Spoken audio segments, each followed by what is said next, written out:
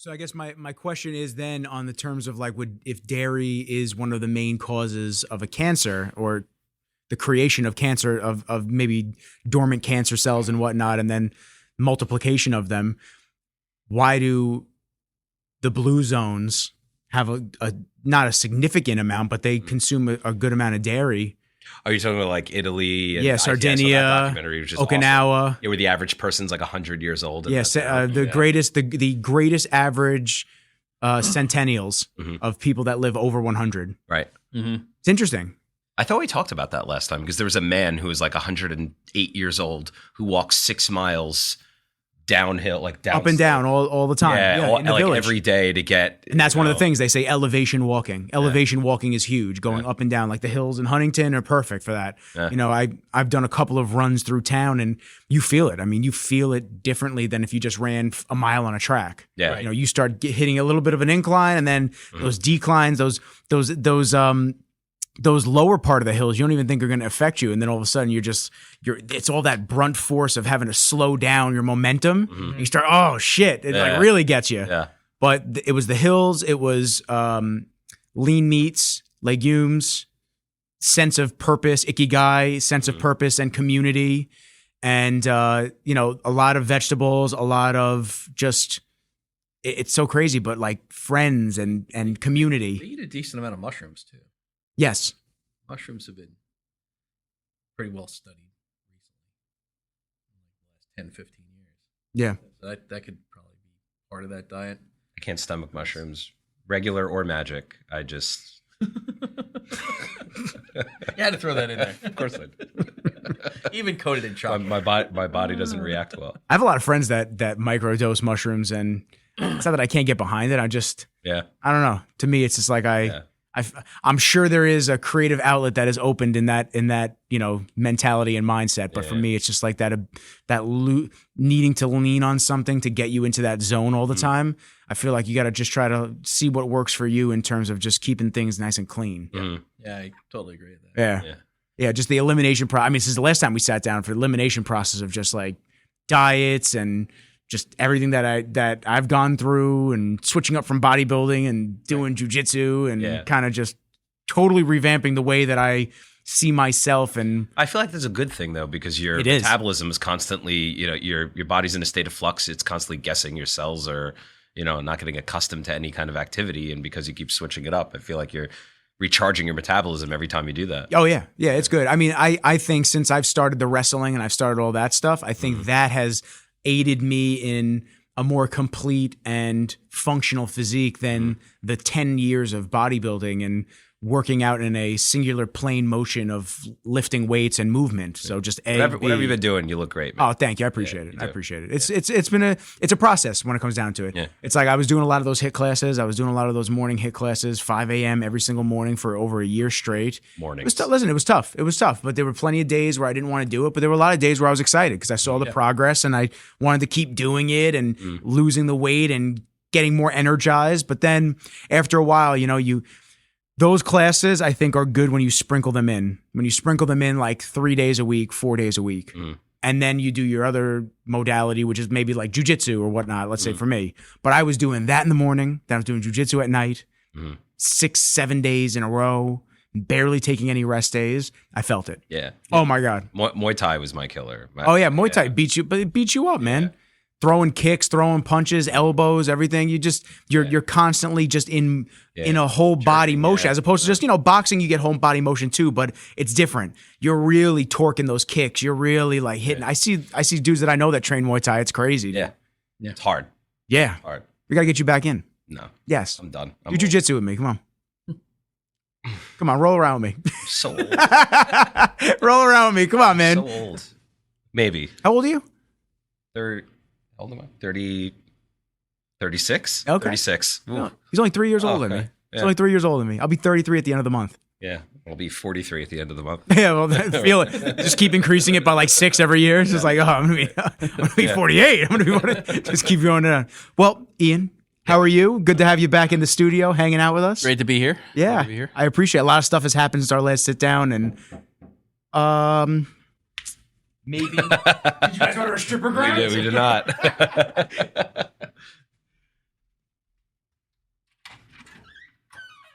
What's up, bro?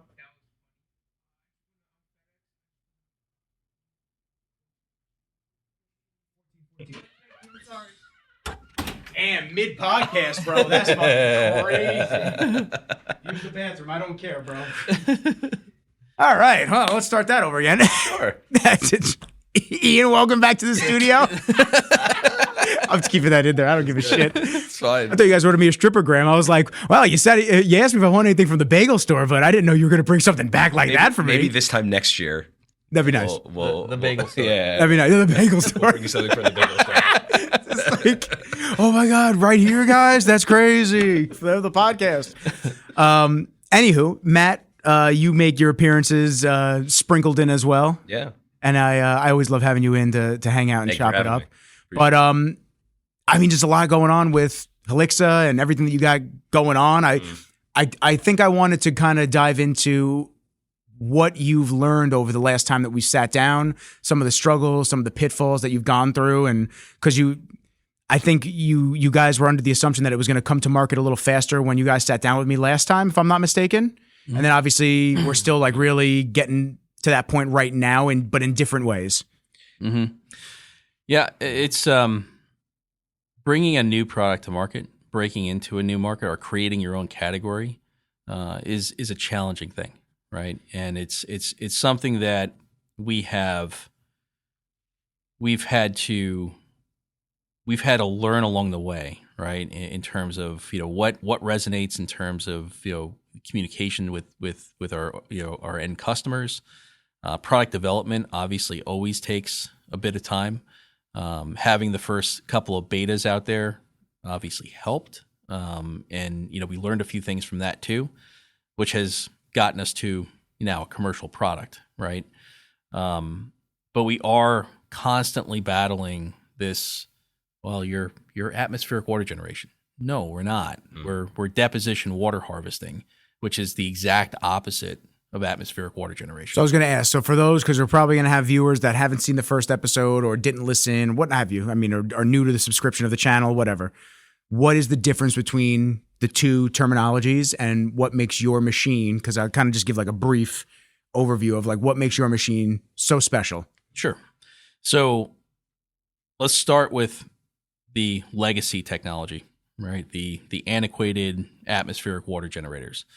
Those technologies, and there's lots of those out there, are nothing more than glorified dehumidifiers. So all they're doing is being stuck out in the open atmosphere, and they're condensing water, right? They're going from a gas, water vapor to a liquid, right?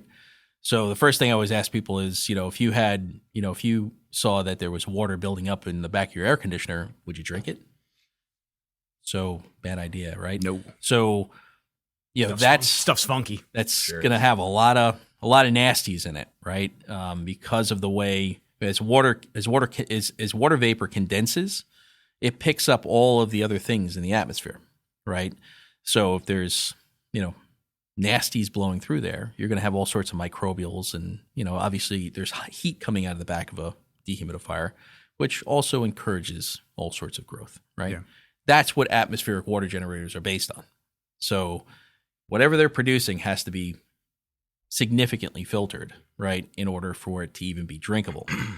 Deposition water harvesting is the exact opposite. We're not condensing water, right? Think of condensing water more like rain, right? We're not doing that.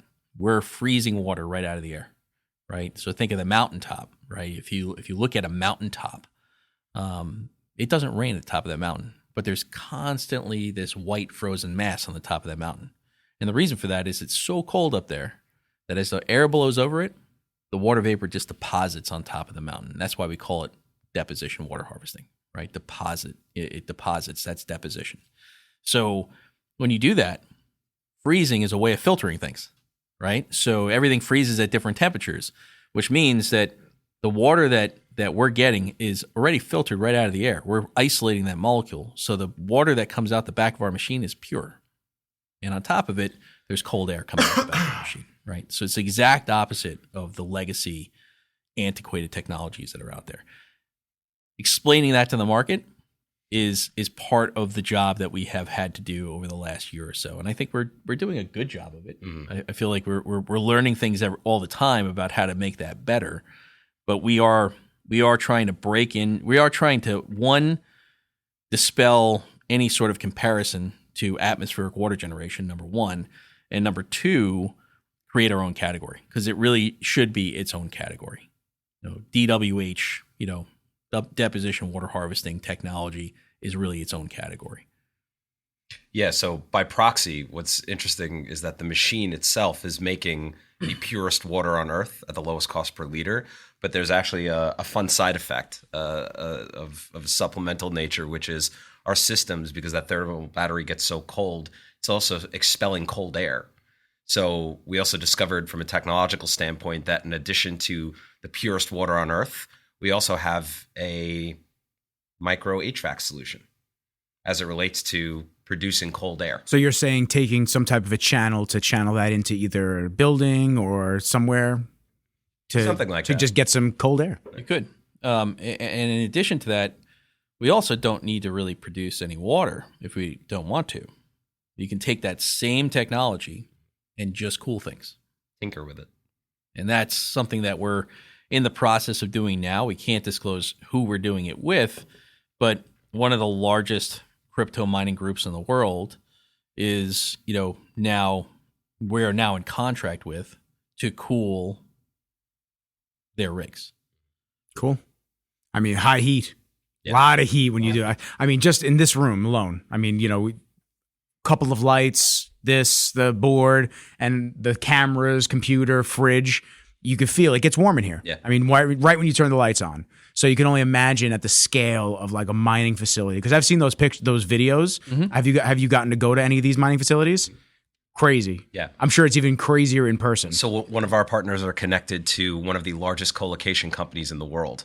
And if you think about Google, Amazon, you name them, Meta, they'll be lining up around the corner when they realize, hey, we might have arguably the most cost-efficient way to cool their server farms. That's a fun one. So the process of cooling a server farm now is just air? There's various ways to do it. They can use immersion coolants. They can use air, right, or a combination of both. There's all sorts of ways that they can do it. Our system, though, would save them, no matter which way they go, is going to save them somewhere between 50 and 70% on that cooling cost. That's not just significant. That's humongous. That's massive. Right? Humongous, yeah. Right. Because the power draw is just so low. Our systems draw such low amounts of power to yield such a massive result. And so when you say tinkering, is it still the same size of the original unit? And for those that don't know, because I know you explained it last time, how big is the actual unit for deposition? So the new commercial unit is about 48 by 40 inches. 6 feet tall. And about 6 feet tall. Yeah, so not big at all. Not big at all. No. It's like a glorified refrigerator. Yeah. Yeah. If we're going to cool things, the configuration might be a little different. It's different for this particular application that I'm talking about now.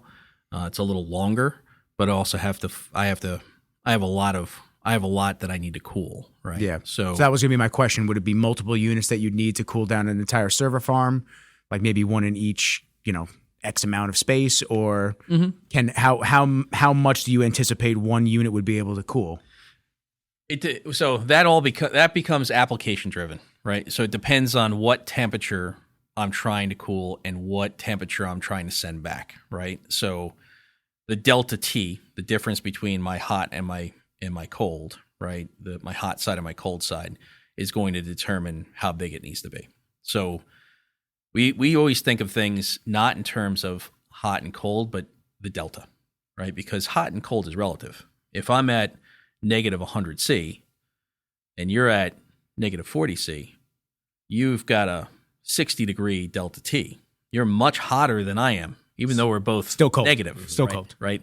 I'm colder than you at negative 100 C. You're hotter than me at negative 40 C, right? So it just depends on all those things become relative. The only thing we care about is what the delta is, right? Because that'll tell us where we need to get to. So it becomes application driven and very math driven. But those inputs are fairly easy to get from those groups, right? They know what their numbers are. So if they can give us their numbers, now I know what my energy requirements are.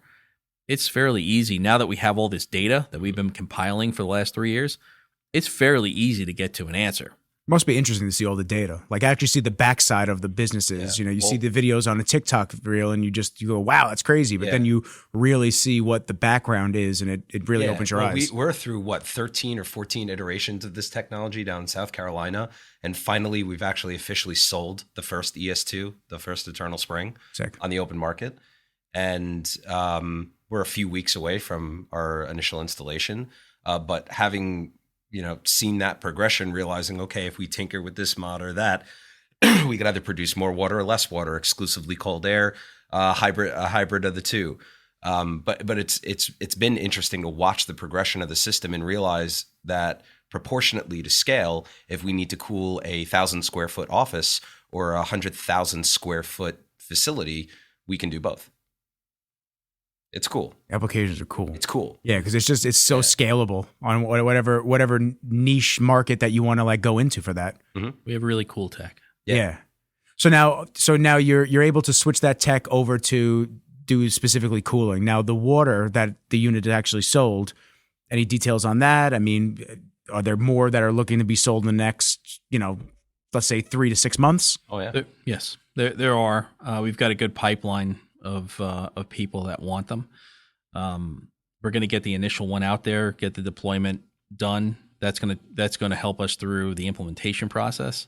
When you think about these things, we're always asked by bankers and investors, and especially Wall Street, type of groups, well, how fast can you ramp? Well, those things become, there's no straight line to that. Right? It's always a little slower in the beginning while you're learning all the things that you need to learn to implement these things in the field. And then you hit the gas pedal, right? Our supply chains are in place to ramp quickly. But right now we just need to get 3, 4, 5 out in the field. And then once we know what the implementation process is, then we can ramp real fast. Mm-hmm.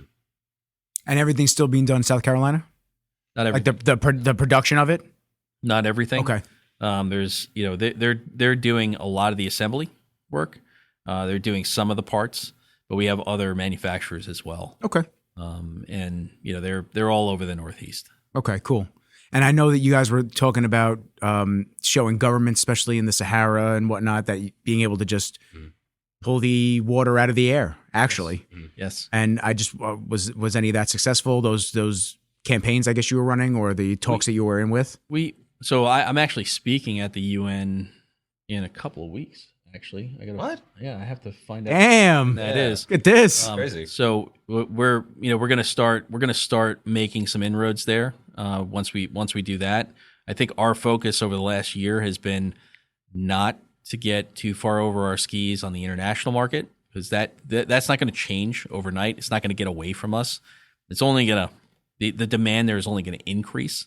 So we have focused on the U.S. because when you think about it, we're still a small group of people, right? So we need to focus on here at home first, because that's where we can support these in the field. If something happens, we take them over to Africa and something happens, there's no way for us to support those. Unless you have a hub over there. Right. Unless you start actually branching out, which then, of course, creates more logistical issues potentially. Oversight. Yep. Naturally, quality control. Yeah, naturally, the demand is far greater out there than it would ever be in the U.S. I mean, we're pigs. Even areas that are classified as arid. Comparatively, yeah. Comparatively, we have plenty of resources, right? I know one of the examples you used last time was Arizona. Well, in the Rio Verde foothills, where they disconnected an entire town from their general water supply, so they could reroute water for golf courses? Yeah, something like that. That's right. That's right. I mean, awesome. I'm not big on politics, but it's fucked up. Yeah, no, it's really fucked up. Yeah. It's really fucked up. But yeah, I'm sure that's just what you got to hear. Yeah, right. Yeah, right. That's what you knew about. So with respect to demand coming overseas, we've got a lot of groups out in the UAE that have expressed interest in co-manufacturing and distributing this technology, because the needs out there are enormous. Fortunately, we have some really powerful players in all pockets of pockets and corners of the earth. But timing is everything. And Ian's point, if we can control the growth of and evolution of the technology, if we can, assess the data and create proper and appropriate expectations for purchasers overseas, we'll feel a lot better about the technology we're pushing out there. And I think too, one of the things that we've talked about, and one of the things I've learned over time, right, is that, and you learn this from experience, you learn this by making these mistakes, is that investors, Wall Street, they want to push you. Oh, yeah. Right. And they want to push you hard. And when you get pushed and you start succumbing to being pushed, right, you make mistakes. And it was early this year that we just decided, okay, you know what, we're going to go into a self-imposed quiet period. We're not going to talk. The people that believe in us, are going to stay with us. The people that don't believe in us are going to kind of fade into the background, right? We're just going to focus on execution, and we're not going to get pushed, right? We know what we have to do. We're not going to let them push us into timeframes. We're just going to start executing, right? And that's where we are today. We've got one major contract we've already signed. Not going to disclose who that's with. We've got a major cross-border deal that we're working on in Europe that's inches away, right? I would say we're at the 2 or 3 yard line on that right now. We've got a major big box store that we've negotiated with, and we have a potential merger that could make a lot of sense for us. All of those things have been built over the last 7 months because we've stopped trying to please all of these other people, and we've just focused on execution. And I'm sure it's tough because you have to make sure you're aligning with companies and obviously areas that match what you guys are putting out there as well. Because you don't want to align with like the wrong partner that's going to, I guess they can't theoretically take the technology because it's patented with you guys and whatnot, but you want to make sure that you're not giving too much information to somebody that would come in. That's the key, right? And it is a balancing act. It's a high wire act. Yeah. Right. Because there's the things, listen, obviously much different between companies that you've run over the years and this one, obviously, and then my own company. But when I think about bringing people in, I think about obviously not trade secrets, but the things that I know that maybe some other people don't know. And, you're teaching relationship management and you're teaching your technology to other people, and you just have to be weary of the types of people. So keeping it close circle, pushing forward with the tech, really hammering down the last couple of months, I'm sure did way better than potentially just like pushing, partnering with the wrong person. Yeah. That's right.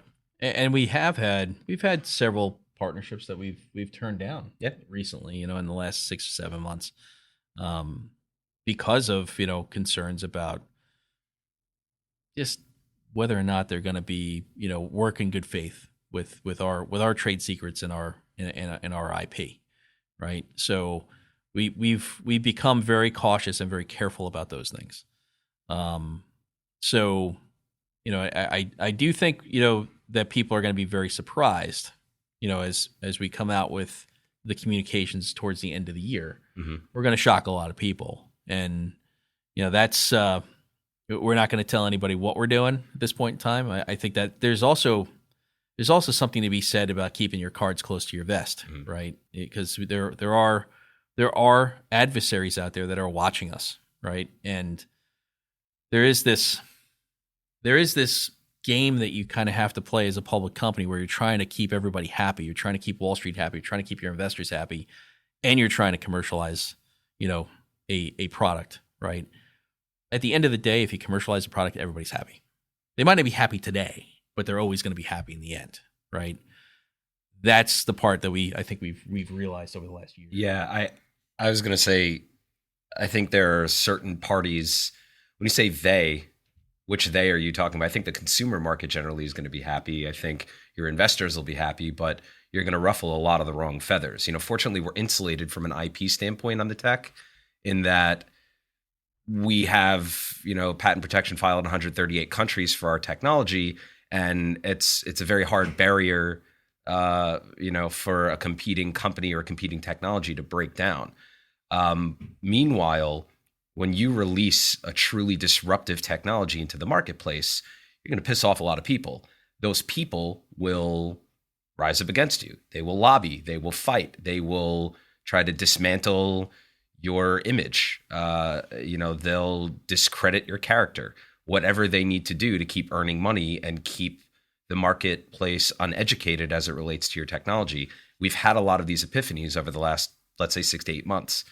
And fortunately, we're in a position where we've kept our foot on the throat of that news and some press that will be coming around the bend, but we've done that intelligently, and Ian's really done that intelligently enough to make sure that a lot of those threats have been thwarted, and we can deal with them accordingly, and we'll be prepared to deal with them accordingly as they surface. If you don't mind me asking, you don't have to give actual company names because I'm not looking for that, but what industries want to not see you do well with this? Well, the entire atmospheric water generation business, really doesn't like us. We are calling them out on all of their, let's call it deceptive advertising. I'm not going to say that they're lying about things, but some tomfoolery going on. Right. So the things, I'll give you an example, right? Probably the best way to illustrate this. Atmospheric water generators work on relative humidity, right? They have to have a certain amount of relative humidity to work. Usually 30% and above. 30% and above. But as you get lower towards that 30%, they stop working well. Yeah, right? I remember you saying this last time. It becomes more difficult for them to create anything. Right. But they're still using the same amount of energy. In fact, they're overworking at that point in time. So they'll say things in their advertising like, here, this device will produce up to 500 liters a day. Now, our device, we say we're going to produce at least 500 liters a day. See the difference? Yeah. Right? So their device will only produce probably about 17, 18% of that number. In optimal humidity. But they're putting out there that, hey, we can produce up to 500 liters in perfect conditions that may only be around a couple of days a year, right? Or a couple minutes a day. Yeah. Exactly. Right. That's their, optimal grab, and they'll document that as up to. So it's fictitious. The word trickery is just in so many industries, and it drives me absolutely crazy when I see that. So, but what we're representing on our specifications charts are data points minimum. Such as, hey, minimum 500 liters a day, 2% absolute humidity, meaning you could slap a solar panel on one of these things, throw them in the Iraqi desert, and it'll last for 10 years at 2% humidity. Yes. Yeah. And it's exactly right. And as you get closer to the coast with our units, those numbers will go up, right? So that bottom number is sort of worst case scenario, right? Something you can bet on, you can bank on, which gives us the ability to be a primary water source, as opposed to why atmospheric water generators have been relegated to a secondary and backup water supply. They're unreliable. And so when they use these to supply quote unquote fresh water to whatever they're trying to supply it to, they have to then filter it after the actual, and they know this, and is it built into the actual unit, or is that a separate company that comes in and has a filter for that? Or is that all under the same umbrella? Most of the time they build it in because otherwise they'd be poisoning people. Yeah. Right? Well, I didn't know if maybe their unit does this, and then the next unit is the one that filters it all out, and as opposed to having everything in unit. It's usually one system. Okay. I have seen some that are not one system, which seem incredibly dangerous to me. That's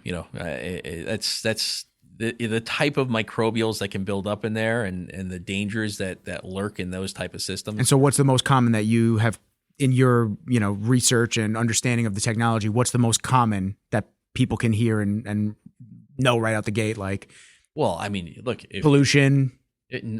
Actually, if you're thinking about Legionnaire's disease, right, can easily happen in the back of your air conditioner, right, or in the back of a dehumidifier, right? That's, those are the type of nasties that, can build up there. And over time, you're just playing Russian roulette. At some point in time, it's going to happen. Yeah. Right. It's a fairly predictable thing over time.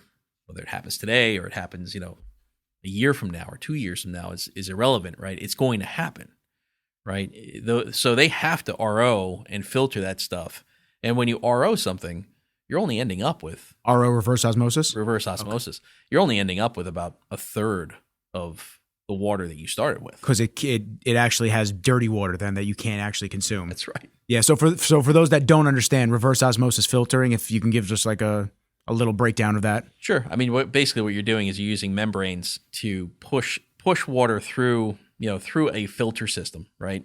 The smaller molecules will get through, the larger molecules won't, right? And like you said, you end up with dirty water and you end up with good water, right? And the dirty water just gets flushed. That's your gray water. And, the good water is the stuff you drink. But, it's going to be the best membranes out there are probably only 50%, right? And the yield is small. And they don't last that long. That's the other thing. Like, there's a give and take to that. I can get a really good membrane that's 50%, but the membrane doesn't last that long. Yeah. Or I can get a regular membrane, and okay, well that'll give me a 30% yield or a 35% yield, but it lasts longer. So it's always they kind of get you either way on that. Yeah, I think of the constant filters that I go through once a month. Right. Once a month in my apartment. Yeah. Once a month, I'm constantly replacing the filter.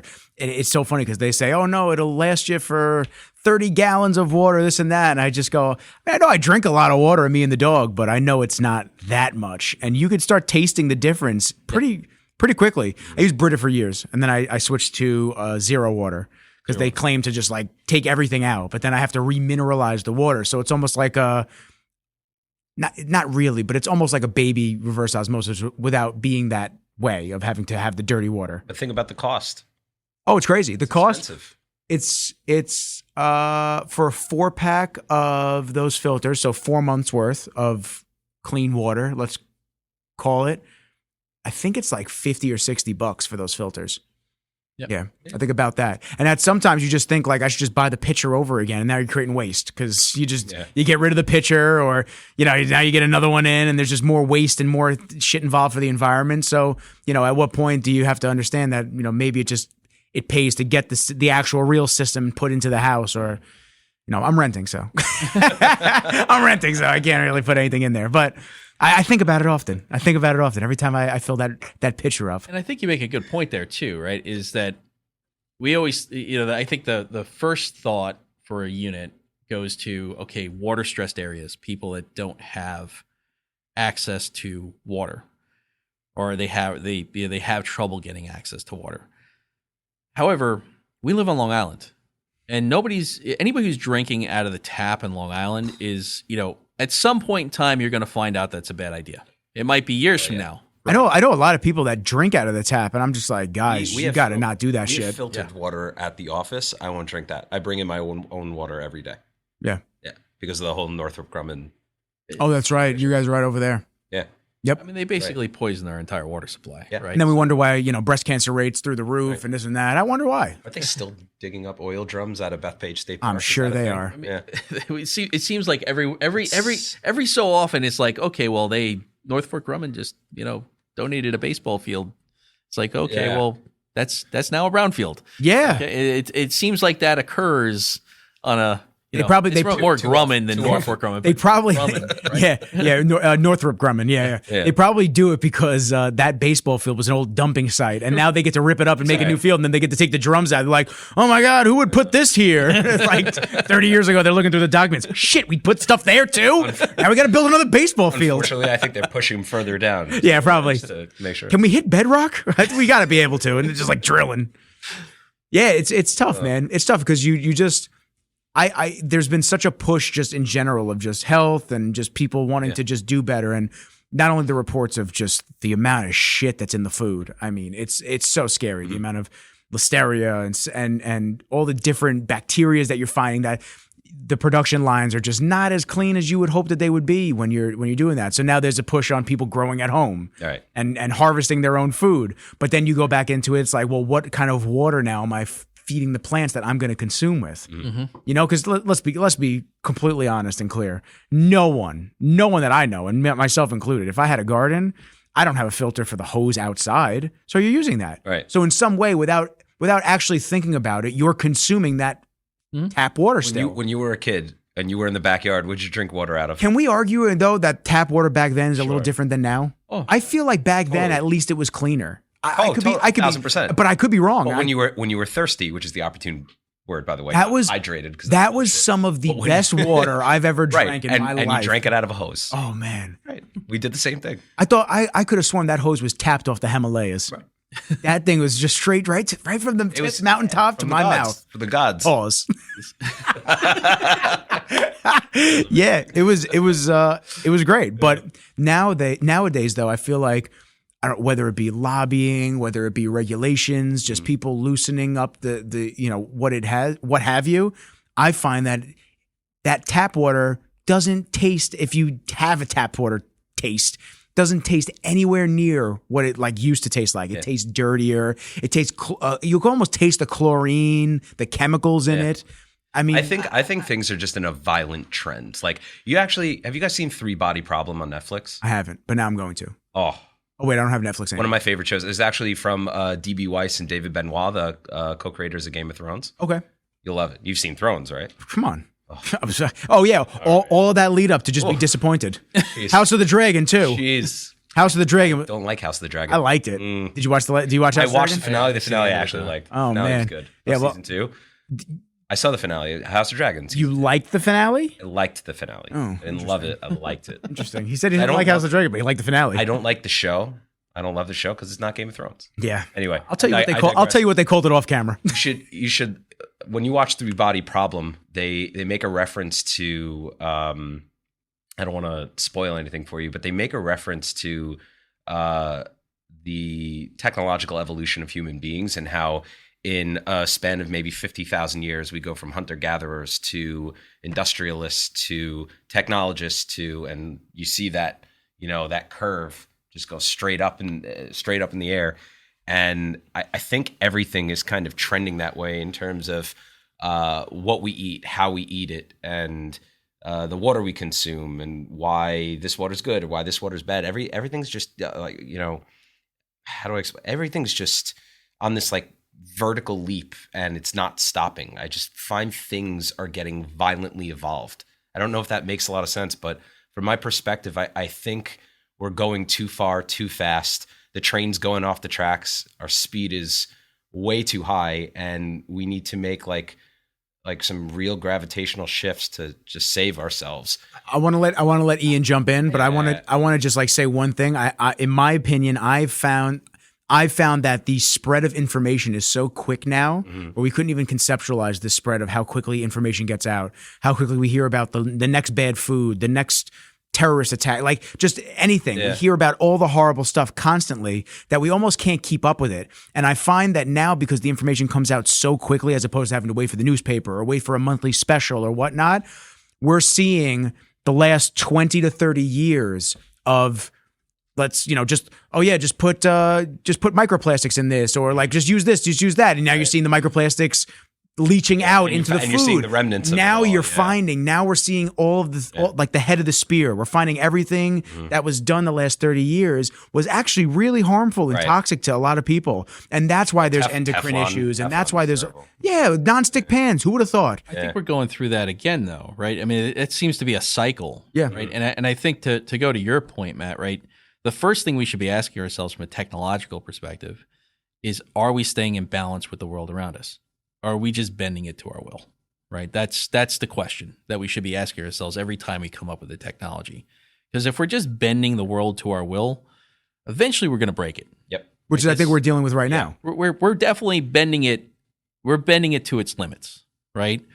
So we should be asking ourselves those questions. I'll give you an example, and I won't make it no company names because we can't disclose any of those things. But we were talking to a fracking company, right? And I'm not anti-fracking, but fracking has to be done smarter, right? We were going to clean the water on the other side of the fracking. So basically what they're doing, for those who don't know, is they're pumping water, right, with certain solvents in it down a hole, right, to get the gas out, the other side, right? And that water has to come back, and it comes back with a heavy amount of brine, salinity, and all sorts of other nasties in it, right? Because they put these solvents in it. So our question was, we were under NDA, what do you put in the solvents? And they said, we can't disclose that to you. I said, well, kind of need to know. don't you have to disclose it to the EPA? No, we don't. There's actually case law on this. They don't have to tell you what's in it. They don't have to tell you what they're putting down there. Now, I will say this. eventually we got that because it was like, well, I'm not going to touch it unless you tell me what you're doing, because I become part of your chain of issues if I do that, right? And some of the things that they're putting in these things are, incredibly nasty, right? It's, now do they have to do it that way? Or is that just the most expedient way to do it? And that's the question right there. That's the question for everything, every industry across every vertical and medium, whatever. It's like, is this the way that it needs to be done? Or is this the way that it needs to be done to keep all your shareholders happy? The answer is no. And then, and to your point, over the next 30 years, we're going to learn what all the pitfalls of that were. I'm tired, Matt. Yeah. Matt, I'm tired. Yeah. I'm tired. Every time I open my phone, there's a new thing I can't consume. Right. You know, they told me tinfoil. Tinfoil's bad for you too. You put tinfoil on, cancerous. Bro. Tinfoil? Tinfoil. This is what I'm saying. Yeah. I can't handle it all. I'm not so sure look, that's the other problem too, right? Is that there's so much information out there. I gotta look it up. Trying to get you actually have to. You better not start you have Cops to again. I love cop videos. Who doesn't like a good cop? Oh man, I'm sorry, I'm derailing you. He walked in before. That was my guilty pleasure. My guilty pleasure is just watching cop videos. My guilty pleasure is watching dudes that are getting arrested scream that they didn't do anything while visibly doing something. I'm like, dude, you're doing it right now. You're saying you're not doing anything. You just spit in the cop's mouth. You're doing it right now. I promise. They're not crazy. They are crazy in some things, but they're not crazy in this one. So great. But there is so much information out there that you have to go fact check things and you have to look at the research. And most people don't get past their bubble, right? That's part of the problem. And I think that's part of the problem we have with atmospheric water generation, right? Is that we have to break past that barrier that this atmospheric water generation, these atmospheric water generation groups have put out there. How they're going to save the world and how they're going to do all these things. And it's like, no, they're not going to do any of that, right? It's not true. Well, how long have they been out? 30 years. Yeah, so wouldn't they have saved it already? Yeah, exactly. Isn't it time? And they keep reiterating, right? I mean, it's it's an iteration, then another iteration, and then another. Damn, it's like they're selling us the new iPhone every year. God damn, man. Except it's a really bad iPhone. Yeah, right? Horrible. Can't even make calls with this thing. I think the unfortunate fact still remains where the power lies and the money lies. Find the money trail. Just saying, when you've got an agenda, you've got motivation, and capitalistic intent, you can suffocate a good idea. Some of the best technologies in the world never hit the market, not just because the inventor didn't know how to file a patent application through the USPTO, but because if it's in somebody else's financially best interest to suppress a technology, they will. Yeah. Right. And a lot of that is what we're up against. It's so sad. It's so sad and so scary, man. Yeah. But that's why we've been fortunate to have met good people down in DC who have, joined our cause, right? Phil Anderson with Navigators Global, right? They're a pretty major public advocacy group. They've been very helpful to us in getting us meetings and making sure that our message gets out. Chris Miller, former Secretary of Defense, has gotten behind us. He's joined our advisory board, and he's been an integral part. He was on the Modern Homestead TV show with me. And we talked about the technology. So we've been fortunate to have groups that have a voice, help fortify our position down in DC, which, we need to continue to do that. We need to continue to build on that. Obviously having a conversation in front of the UN, that's huge. 2 years to get. And that's huge. That right, but that's a major event, right? That's a major, a major opportunity for us to make our points about what makes us different, and again, how we're not just bending the world to our needs. We're really living in balance with it, and that's what the technology is about. And there's more technologies on top of that we can't disclose yet that enhance that. Right. That's really, podcast 3. Yeah, that's podcast 3. 4, 5, 8, 9. Going down this existential rabbit hole, I keep thinking about, we're focused on, saving what is. Now, I'm so sorry to throw this curveball out there. Overpopulation. Go on. So sorry to do it. I'm really, I mean, eventually, the Earth is a living, breathing thing, and it's getting ready to get rid of us. We're just simply bacteria on the outside of this organism. Well, the good news is that births are down significantly. The last the birthing rates are plummeting. Yeah. So I mean, at some point in time, you reach peak human, right? I mean, I don't know when that happens. We might have reached it. If at some point in time that stabilizes, it's. I'm wondering now what the not just in the States, obviously worldwide, what the birth percentage is year over year, I guess, from previous. By the way, aluminum foil and aluminum products are linked to Alzheimer's. Alzheimer's. Oh, that's good. Well, I don't really wear it on my head. Yeah. I stopped wearing it on my head a long time ago. Oh, that's funny. You don't lick your aluminum foil? I do. I just saw them. Oh, Signs. That was the movie I was watching. That's so good. That is so good. I don't want anybody reading my mind. So. No, me neither.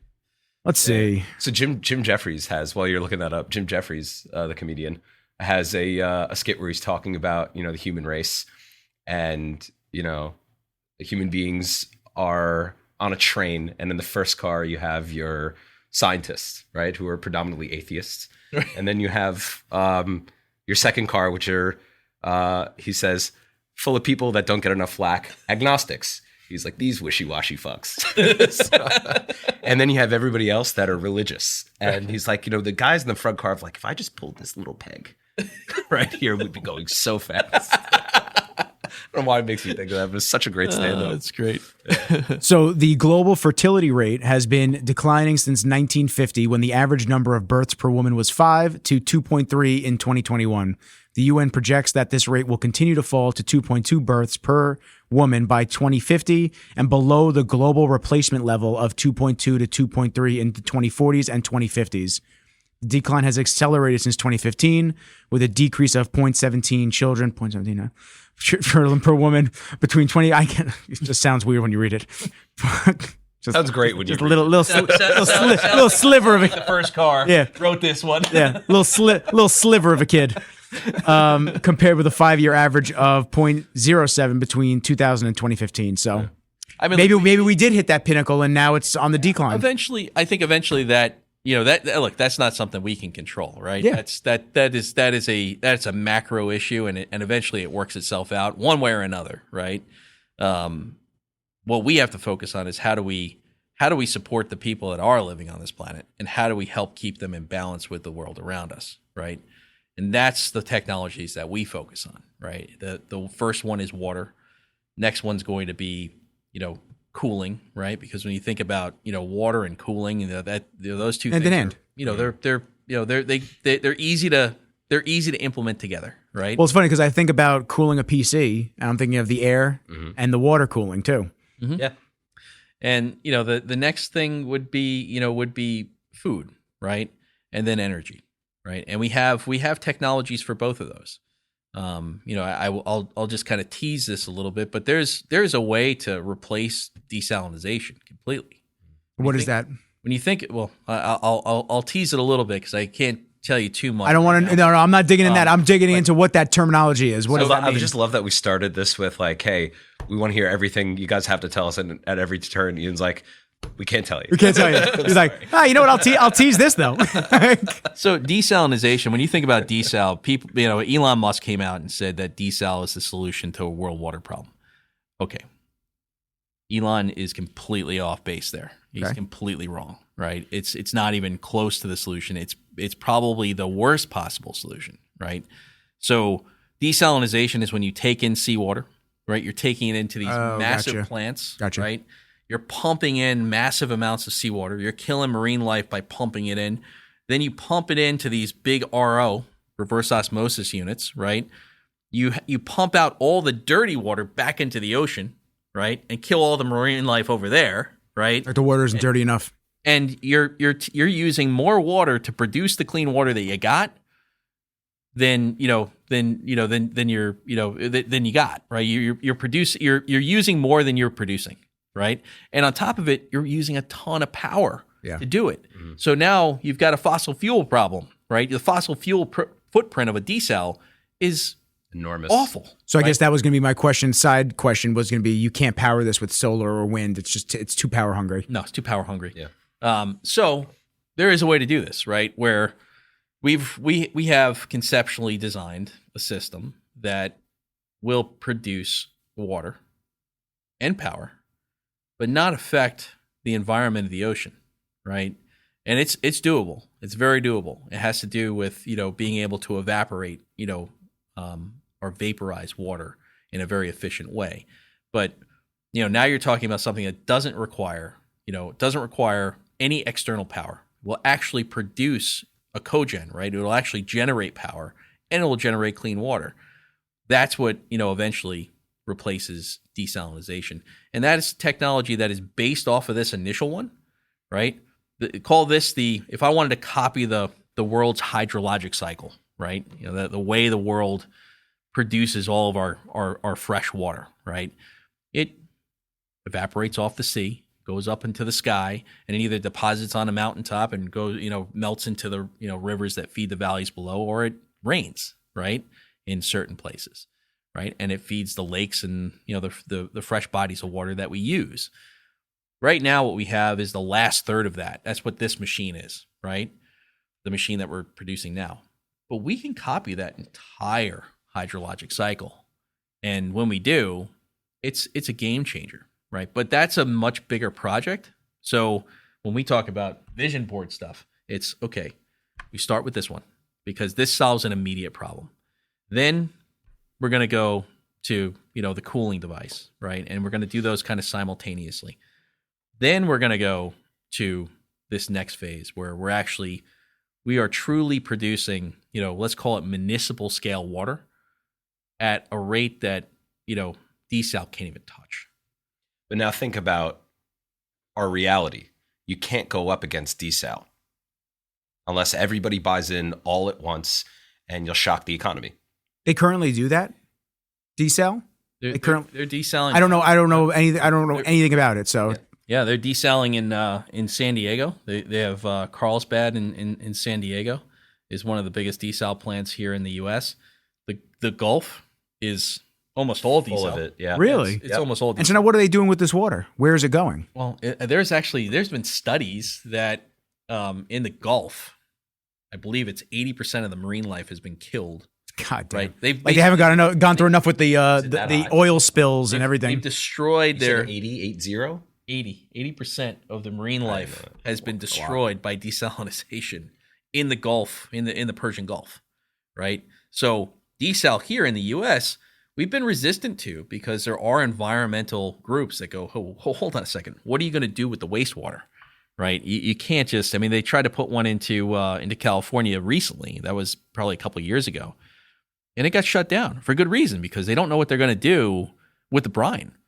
Right. So that's what it produces afterwards. It produces brine. Right. It's basically a really salinated, water. Right. It's your gray water coming off the reverse osmosis, but it's high salinity. And so now the question is with the reverse osmosis, and I'm sure this has been asked a million times, and it's a stupid question. I pretty much already know the answer, but you can't reverse osmosis the dirty water. Not really. No? It's you get to a point where it doesn't pay. Yeah. Right. So, they're only going to do that first piece of that because that's what's profitable and that's what makes sense. The rest of this is just gray water. We just got to get rid of it. Right. But the easiest way to do that for us and introduce our technology is not to try and trump desal. It's to work with them.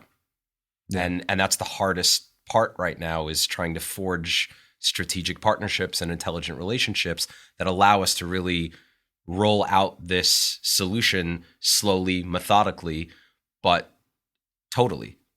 And you can't just snap your fingers and expect the world to buy. A lot of people do expect that because the instant gratification, world that we live in at this point, they don't understand that it takes a long time to bring something that's meaningful in full effect. It does. Look, go back to communications again, right? Go back to the amount of information out there.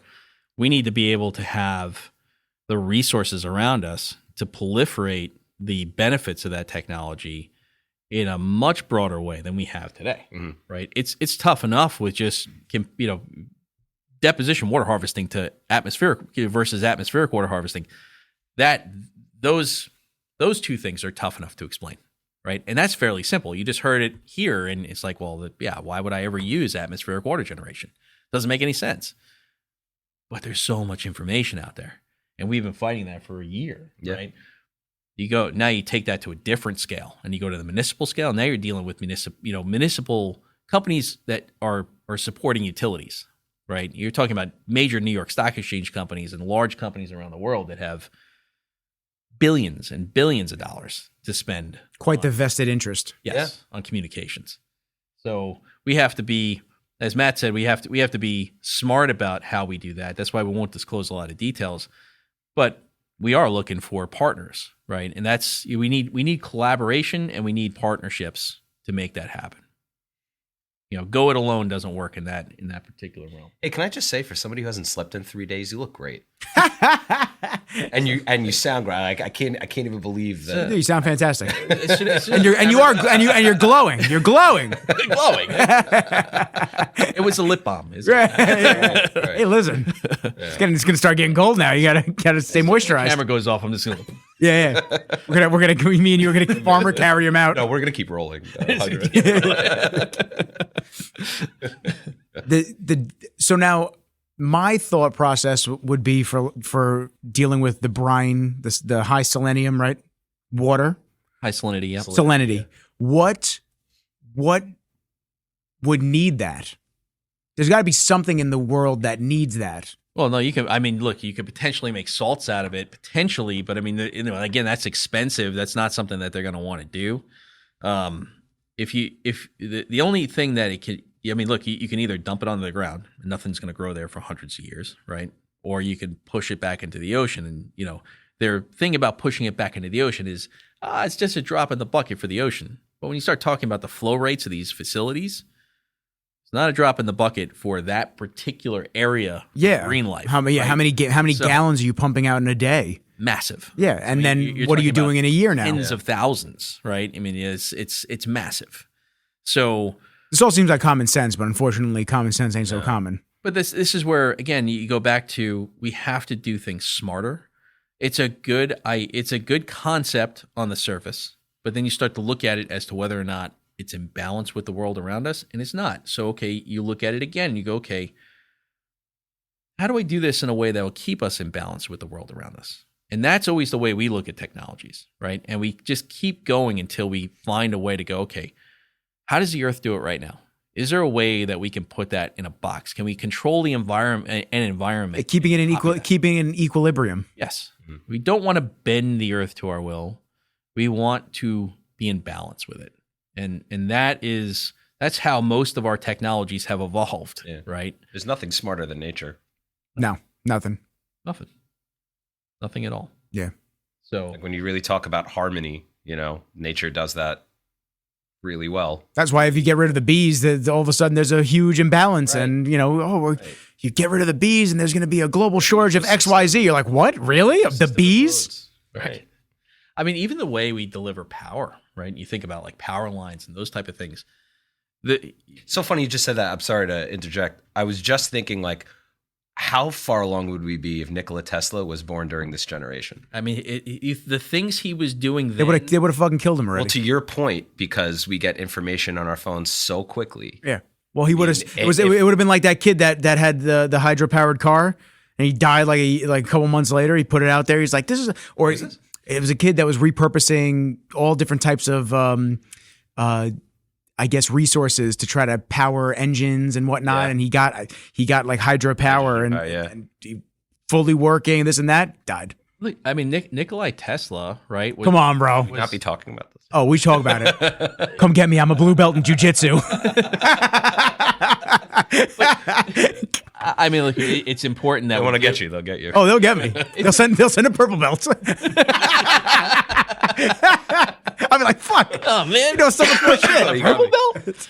I said the white belt. I would have been able to, But Nikola Tesla is a great example, right? Yeah. Because, he was powering light bulbs without connecting them to anything, just using... He had the first electric car.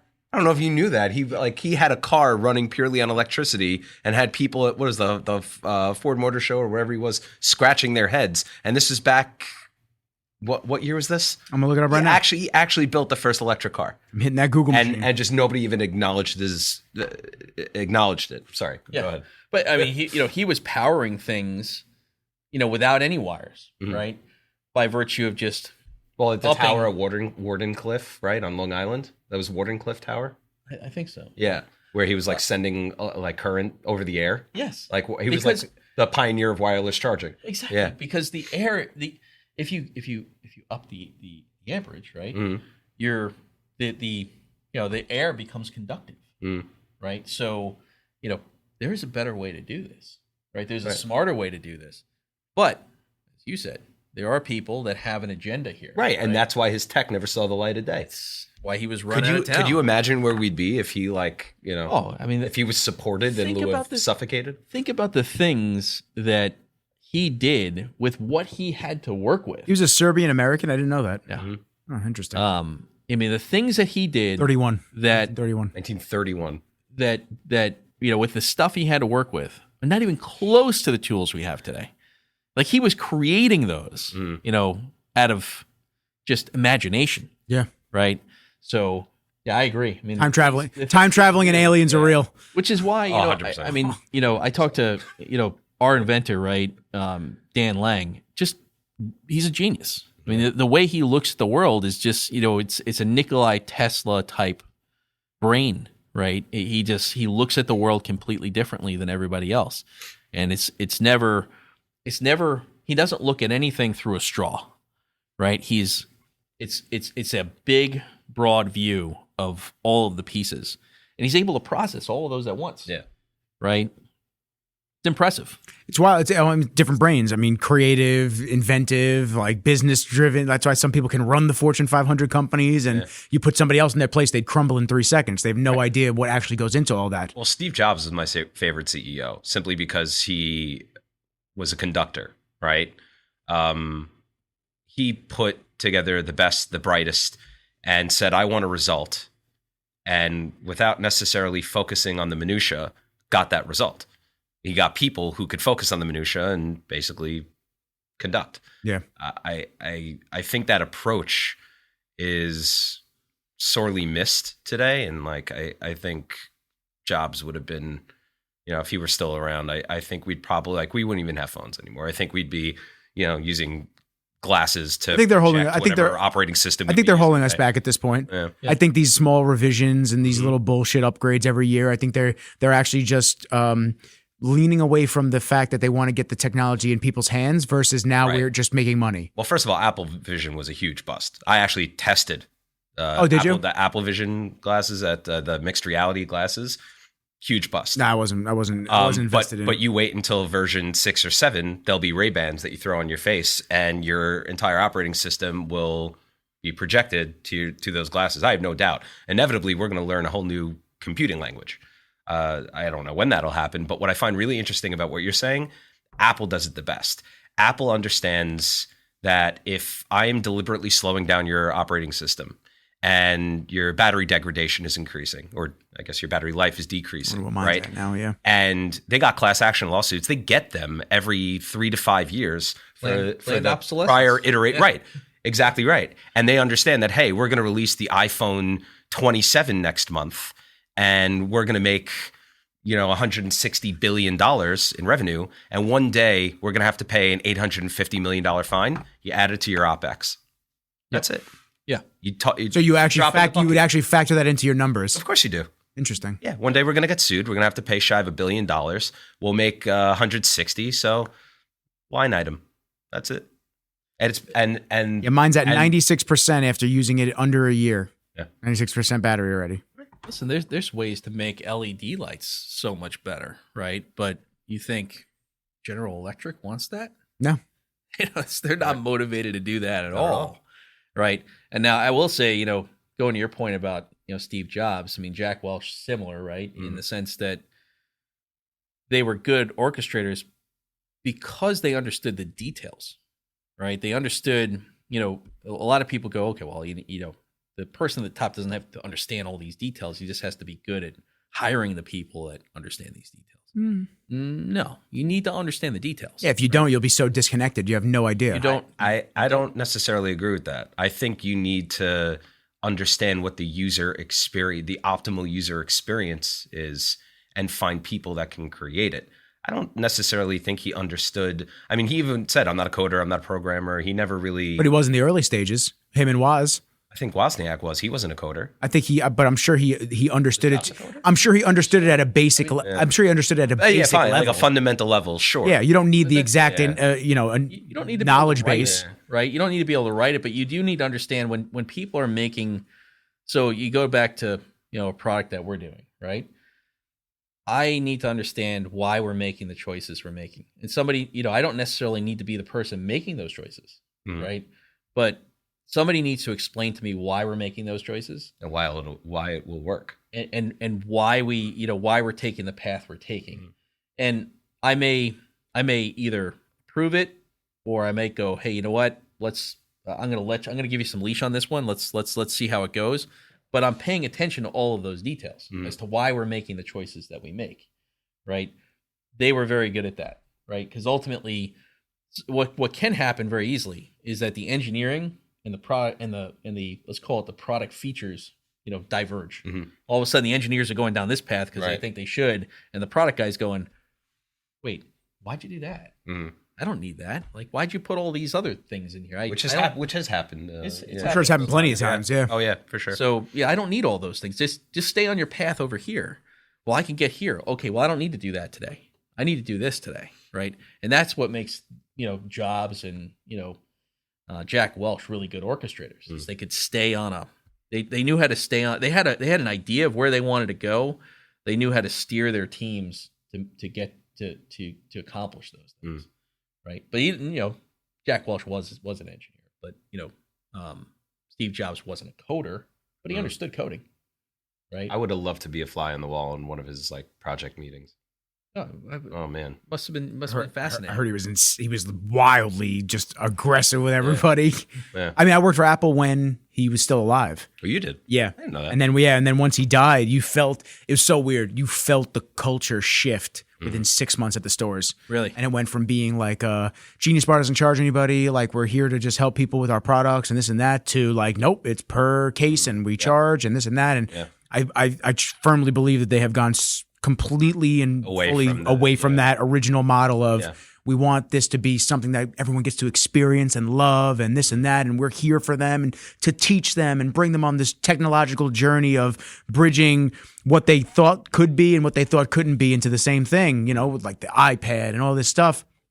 And you just feel it got corporate. Yeah. It got corporate. Oh no! If Jobs were alive, our technological experience would be vastly very different. Yeah. I mean, there's a lot of things that they've done that he did not want. I mean, listen, say what you want about the guy. I mean, we're all sitting in praises of him, but there's a lot of people that obviously have negative experiences and negative thought processes on him. But I mean, the dude was one of a kind, legendary, one of a kind. His accomplishments speak for themselves. Yeah, one of a kind. Yeah.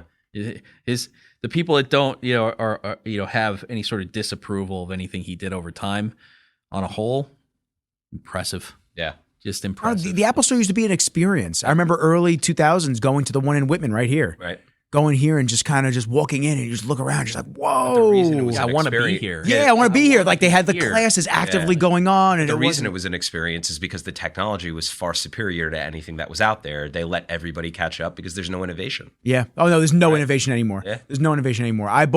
So it's funny. I used to have Android phones for a long time. I have this phone. I have bought an Android phone for a personal line. So this way, when the time comes for the day and I'm just mentally shot and I just need my me time, I turn this phone off. Mom's got my other number and she wants to check in on me, a couple of friends, and there's no social media on the other phone because that's my job. My job is social content, this and that. And after a while, I have to have that balance of disconnecting because if I don't and I'm always on, it just fries me from the inside out. It's like horrible. Right. Yeah. So I got the top of the line Android phone because I haven't had Android since like Galaxy S5. I bought the 24 Ultra and I was like, yo, this phone, number one, is awesome. I love it. Number two, I was just like, they're basically the same phone at this point. Like the Android phone, like don't get me wrong, Android has a lot of extra features that Apple does not. I'm sure. And I love them. Like Apple just got it. I have the beta running on this phone. Apple just got sent schedule texts, which we've never had.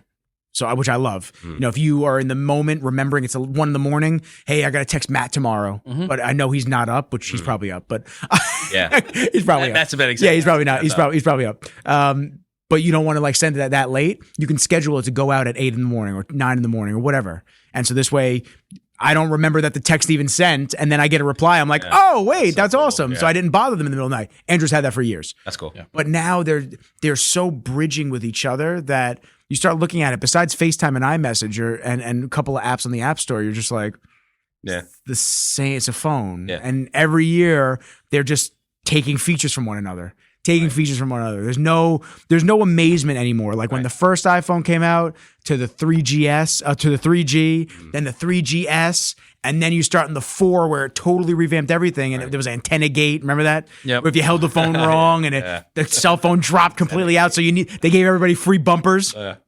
So to that, after that, I feel like we've just kind of gotten down that systematically. Every year. We don't need new ones every year. No, it's that shit? It's a tool. It used to be art. Yeah. It used to feel like something fun. It was exciting. Every year. I used to get every upgrade every single year, and now everything leaks with 6 months before the release of the product. So you're looking at all the features, and you just go, new camera, tougher vibration motor. Shit, you just reminded me. I had a dream last night. I was playing Snake on my Nokia. There you go. Right. When I was like 15 years old. Would you guys? I would take the BlackBerry Bold again. Give me a Bold. Give me a BlackBerry Bold right now with that faux leather back. My favorite phone, hands down, Nextel i95. I never had a Nextel. It was great because you could be in class and you hear.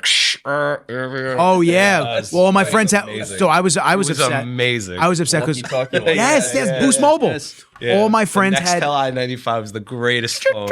Greatest phone ever made. I think I actually have that ringtone on my text tone. Hold on, please. Come a long way since beepers. That's for sure. Long way. You had it? Did you have? I had a beeper. I didn't have a beeper. I mean, for things.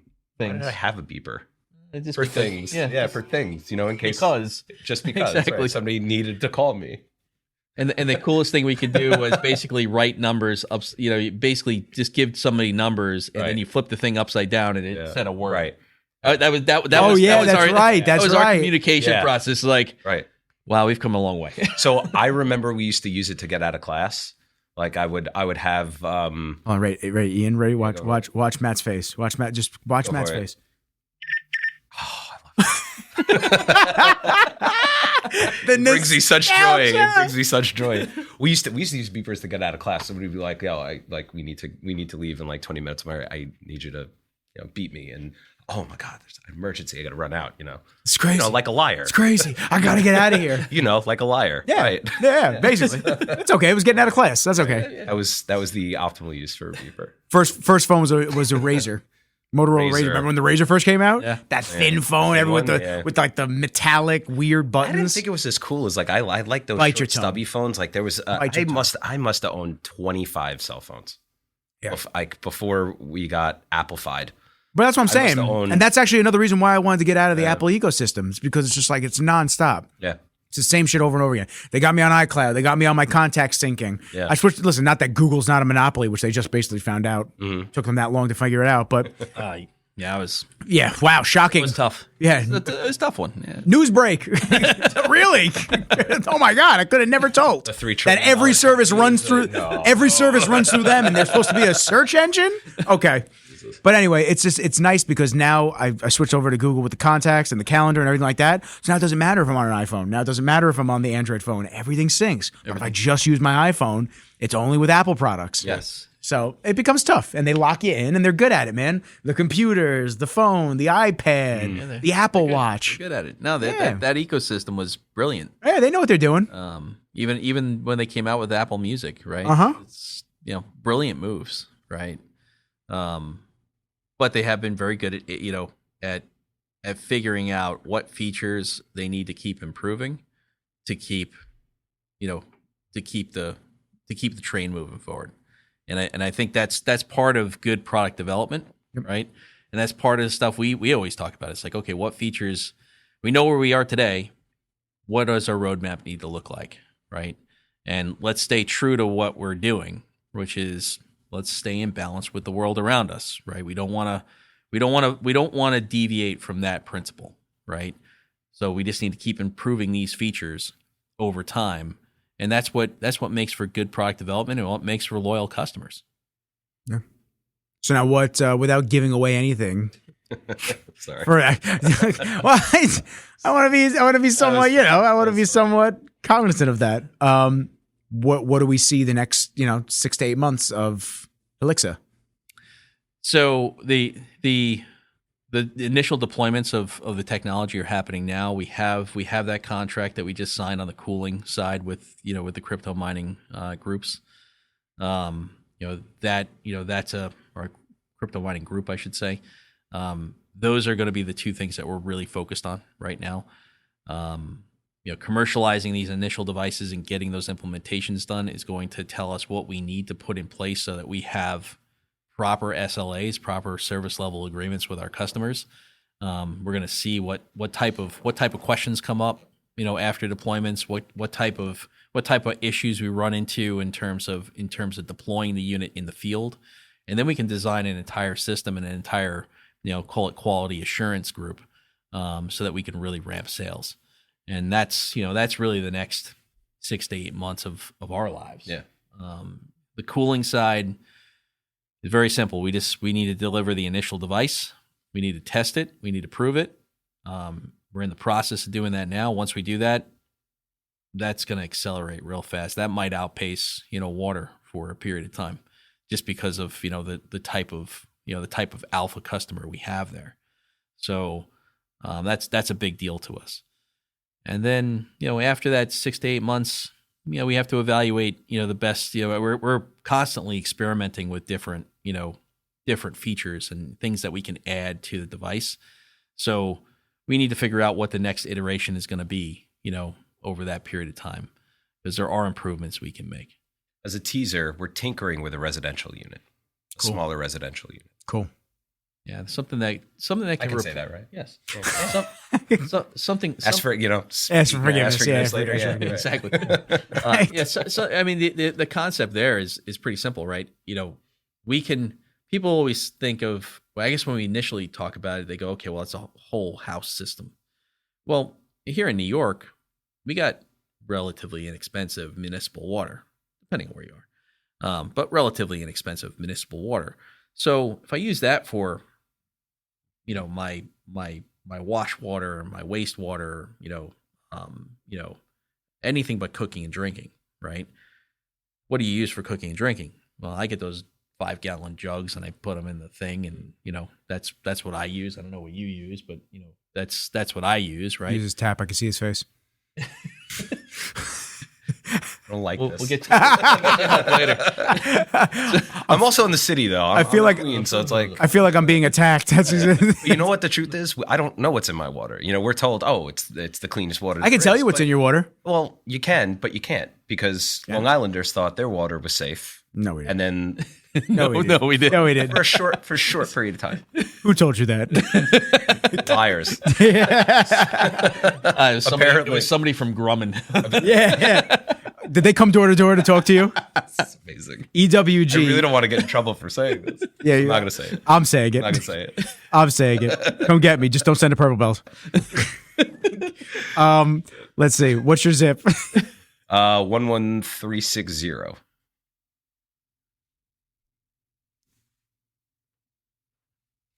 Serves 8.9 million people. Mm-hmm.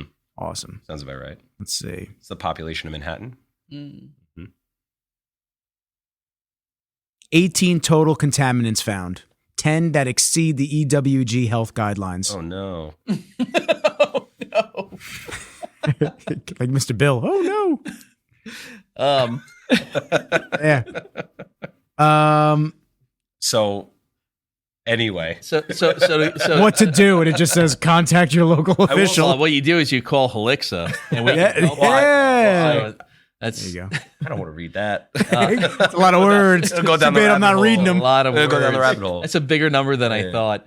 So, I mean, but I will say this before you continue. You know what? You also don't necessarily know, just because I don't know if the research has necessarily been done yet, like those contaminants or pollutants that can potentially permeate the skin. Like even if you're taking a shower, you're washing your hands. I don't necessarily know that that's not a threat we just haven't really done all the research. I'm sure it is a threat when you, especially when you talk in the next 5-10 years. But even still, I mean, I'm sure if you talk about it in the aspect of taking a shower, just your skin is your largest organ in your body, so it's gonna take any of that contamination in and process it. So. Yeah. Even if we just think, oh yeah, we're just cleaning ourselves off. It's like, with what? Right. So when I first moved in, I know you were going to point and ask a question. So I want to get to that. Yeah. But when I first moved into my apartment, my neighbor in the back, Danielle, she used to own Fountain in Huntington, the water store. And they do the reverse osmosis, alkaline water, all that stuff. Anyway, so she sold me a shower head with a filter on it. Haven't updated that shower head with a filter. It's been 2.5 years. So that filter is shot. But for a while there, truth be told, I did feel like I wasn't, when you get that really dry feeling after a shower, and not even in the winter, you just get that dryness. I felt like that after every shower I've taken prior, and I did feel a little bit more moisturized afterwards where I had the filter working. Right. Now, though, we're back to being dry. Fair. But it's okay. We're about to move. So I'll get a new filter for the new place. Good. What were you going to say? You were pointing to this. Well, I wanted to ask what website did you go on? EWG. EWG? Yeah. What's the acronym? I'm going to tell you right now. WG. Let's see if they tell me. But I know everybody recommends to go to this site. Their headquarters is in D.C. Environmental Working Group is a nonprofit corporation. Know your environment, protect your health. So I guess they just take the guidelines or what the contaminants they find in, and they tell you like, hey, that they may say that that's safe, but it's not. Gotcha. So I'll do ewg.org. Yeah, .org. So I just did our zip code. So it's 1.1 million people served. And then you just have to go to view utility. And then it says we have 9 exceeded EWG health guidelines and 43 total contaminants. So we're worse than Matt. Oh yeah, no, we kneed that. Yeah. Thanks, Grumman. I didn't say it. I did. Don't send a purple belt.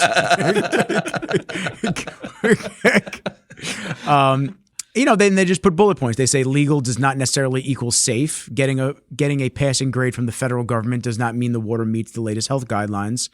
Legal limits for contaminants in tap water have not been updated in almost 20 years. And the best way to ensure clean tap water is to keep pollution out of source water in the first place, is what they say. Yep. So what to do? Filter your contaminants out. I think this is what tells you. Or call Healixa. Oh, carbon. Yeah, I mean, partner up with them. That'd be awesome. That's right. Carbon filters they offer and stuff like that. Oh, so so it didn't say it on Matt's. Ironic. It says it on ours. Oh my God. So I'm going to let you pronounce these words because you definitely know them better than I do. Which ones? So that's what they found in our water. Oh, I don't even know these. Oh, that's scary as fuck. Some of these are, wow. That's aggressive. That's interesting. Wow. I'm not loving your reaction. I'm gonna go get that filter today. You just call Healixa. You won't find any of that stuff in there. That's very true. Yeah, the PFAS, like everything. Yeah, some of those are not awesome. Some of those are some pretty big words. But then, okay. So now we're supposed to see this, and whether we take this with a grain of salt or we actually take this face value of actually being a serious thing that's in our water supply, what do we do about it? Besides call Hillary, like, you know what I'm saying? Like, we have to have better. I agree. I mean, I think standards. There is a way for us to be smarter about how we distribute municipal water. That's something that we have in the plan going forward. As Matt said, we need collaborators, we need partnerships, we need those things to get that done. Sure, go for it. In terms of what to do right now, I mean the smaller system that Matt was talking about in terms of drinking water, you're talking about a system that can replace these, call it the old-fashioned water cooler. So just think of a water cooler that always has water. Yeah. You don't ever have to go get a bottle, right? And it's pure water. And it's pure water. Right. It's, the only thing you're going to do is probably remineralize it to your liking, right? Because, I use the trace mineral drops now. Sure. And you can, we can put it in a filter system so that, it lasts. Every 6 month subscription, here you go. 10,000 liters of water, for whatever it is, $50. Yeah, some type of an LED that lets you know. That's it. Yeah. Just boop. replace the filter, right? Or it just sends us a message on the controller that says filter needs to be replaced. Right. I'm pretty sure I asked you last time, how loud is the machine? Is the big quiet machine? So the little machine would make no noise? Very little. Yeah, And would it only make noise when it's making the water? So then you can have like some type of a storage. Right. Yep. Okay. And even when it's making the water, it may not make very much noise while it's making the water. It's really just when we're cooling the machine. Right. So it's it's gonna oscillate in terms of cooling and not cooling. But you're not on all the time. Maybe you're on half the time. And when you're on, it's very quiet. Yeah. So, I know you said you were eating the frost off of it, right? It's delicious. I didn't know. He wanted me to make snow cones. Remember that one? It's still on my dream board. we actually dream board. Yeah, no, we're actually going to go down. We're going to take like food dyes, and we're just going to make snow cones for each. I just can make sure they're we actually talked they're healthy food dyes. We actually talked about doing that at Fort Bragg. Yeah, remember? General. Oh, General. Right. That'd be awesome. Snow cone General. That's awesome. Amazing. Yeah, do it. Way to go. Yeah. Well, I'll tell you what you got to do. Who says no to a snow cone? Come on. Nobody. But I'll tell you who's. Some people may actually, because people don't like that their teeth are sensitive. But I'll tell you, no one says anything no to is a shave ice from Hawaii. Got to get the condensed milk on top. It's delicious. I've never had it. It's called shave ice, not shaved ice. Yeah, they're very passionate about that when you tell you that. Got it. You walk in, you're just like, do you mean shaved ice? They go, no. Shave ice. You're like, oh, my bad, bro. Dude, they just get a block of ice, they shave it, and they just put condensed milk and all the snow cone stuff on top. It's delicious. It's ridiculous. No. Yeah. All right. So now you got to make a shave ice machine to deliver with every 1,000 orders. That's going to be the next iteration. Yeah. First we start with the snow cones, then we do shave ice. Yeah, that's awesome. Also think about how well these systems will do at like music festivals. I only think about that because I love music festivals. He just wants to R&D it. Well, since we met with Stas, in the city a couple weeks ago, Stas is the founder of the Brooklyn Mirage. Oh, you were telling me. And he's the CEO of Billfold POS. They have arguably the most advanced point of sale system in the world. It's really cool. We actually went to the Mirage a couple weeks back. I have friends that don't leave there. They just like stay. I feel like they stay there all the time. I mean, I get it. Yeah, I get it. What do they charge for a bottle of water there? I don't know, like $83. I don't think that's true. Yeah, do they probably $10 a bottle? Yeah, something like that. I was actually trying to remember, and then I remember I don't drink water. And it's a water company, but it isn't really drink water. And it's Essentia. It's basically just filtered water, tap water. But it was really cool. They actually have these wristbands that essentially serves as your wallet. So anytime you want to drink, you just boop.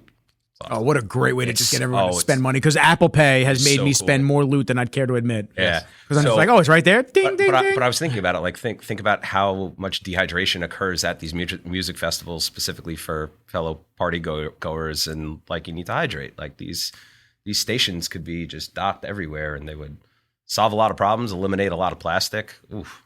Yeah, be great. Yeah. I mean, mine's going. Even that the market of, let's call it the prepper market, right? That's a market that we should be talking to, because the message I would have to them is, would you rather the government control your water, or you want to control your water? Right.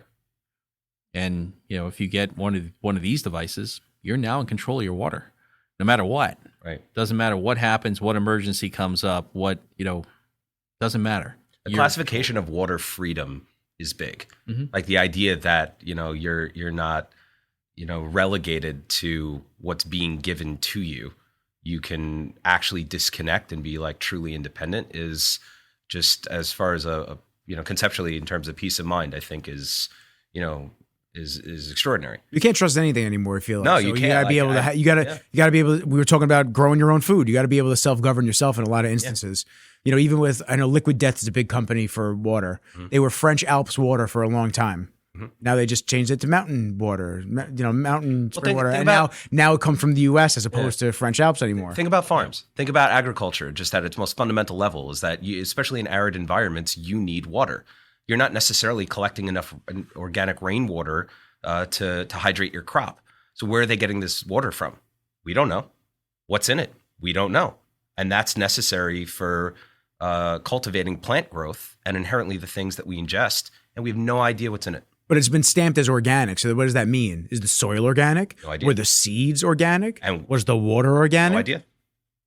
No idea. A lot of unanswered questions. You gotta get some answers. Yeah. Sure. Got to try to stay in balance with the world around us. That's what we need to do. I have to make that the title of the episode. Don't bend to the world. Don't bend the world to us. We bend to to the world. I like the terminology nasties. You used that a few times. I think I did say the nasties a couple times. Nasties. That's the word of the day for me. Yeah. I have a different terminology for it, but I use that one often when I talk to the engineering team, the science team, and the other one I use is when they come up with. Sometimes people come up with these great ideas, and they go, and we got to put this in it, and whatever this is, let's say it's this, right? And it's like, okay, we got to put this in it. This is an unobtainium. That's what I call it, because they only make like 6 of these in the entire world. So how the hell am I going to make a product when they only make 6 of these in the entire world? Yeah, right? You'll figure it out. Captain America had a lot of vibranium. He figured it out. I call those unobtainiums. Yeah. Don't make products with unobtainiums. Yeah, don't do that. Don't do that. Bad idea. The premium's gonna go through the roof, and it's gonna make nobody happy. No one's gonna buy it. Stockholders are gonna be, shareholders are gonna be upset. That's right. Yeah. I mean, but we made something really cool. Sure did. We made something really cool. It's shiny. Yeah. Fuck.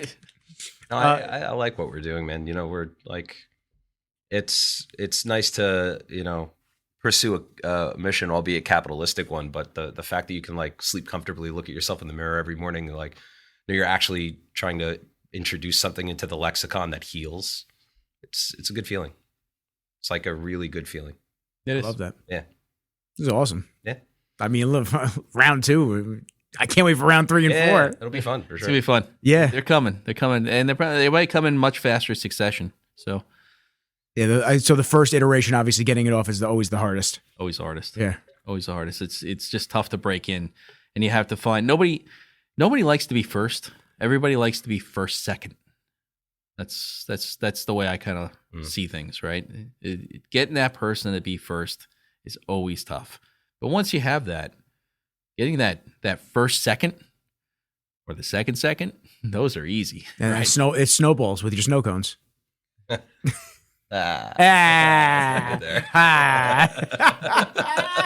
That's awesome. So where can people follow the journey? Because it's going to start ramping up, especially with showing it off and bringing content to the forefront, which is going to be amazing. So where can people follow the journey and just see where this all goes now? Sure. Healixa.com. We're going to be revamping the website, in the coming months, but you can certainly get information there. And then Matt, you know what the social media side is. Well, John Ventura knows the social media side. So. I knew he wasn't going to know. Hey, John. So we have a Facebook and Instagram. Snapchat a part of this? I hope not. I have no social media. I really probably not. I hope not. TikTok would be cool. I know people like it, TikTok, and that's important. Yes, people like social media, and I know that's important. They do like that. That's as much as I know. They do like it. Yeah, it's a way to escape reality in a lot of ways. I guess third party something else. Yeah, I guess the simple thing to do is we'll just have John send you the. That's okay. You just tell me what exactly you want in the bio. When you ask him that question, just put that under his. Yeah, just under like rolling titles. Under the blanket stare. Just freeze frame it. Dun dun dun dun dun. Just freeze frame on his face. For the record, I don't know what's in this, but I am racing right now. Racing, right? This is crazy. 200 milligrams of caffeine. Oh yeah, that's an accelerant. Jesus. Yeah. I gotta stop drinking it. As natural as a Pop-Tart. Anyway. Wow. Well, Matt, Ian, I appreciate you guys coming through, hanging out as usual. We'll do it again. Oh, please, anytime you guys want. Hey, before we leave, how are you doing?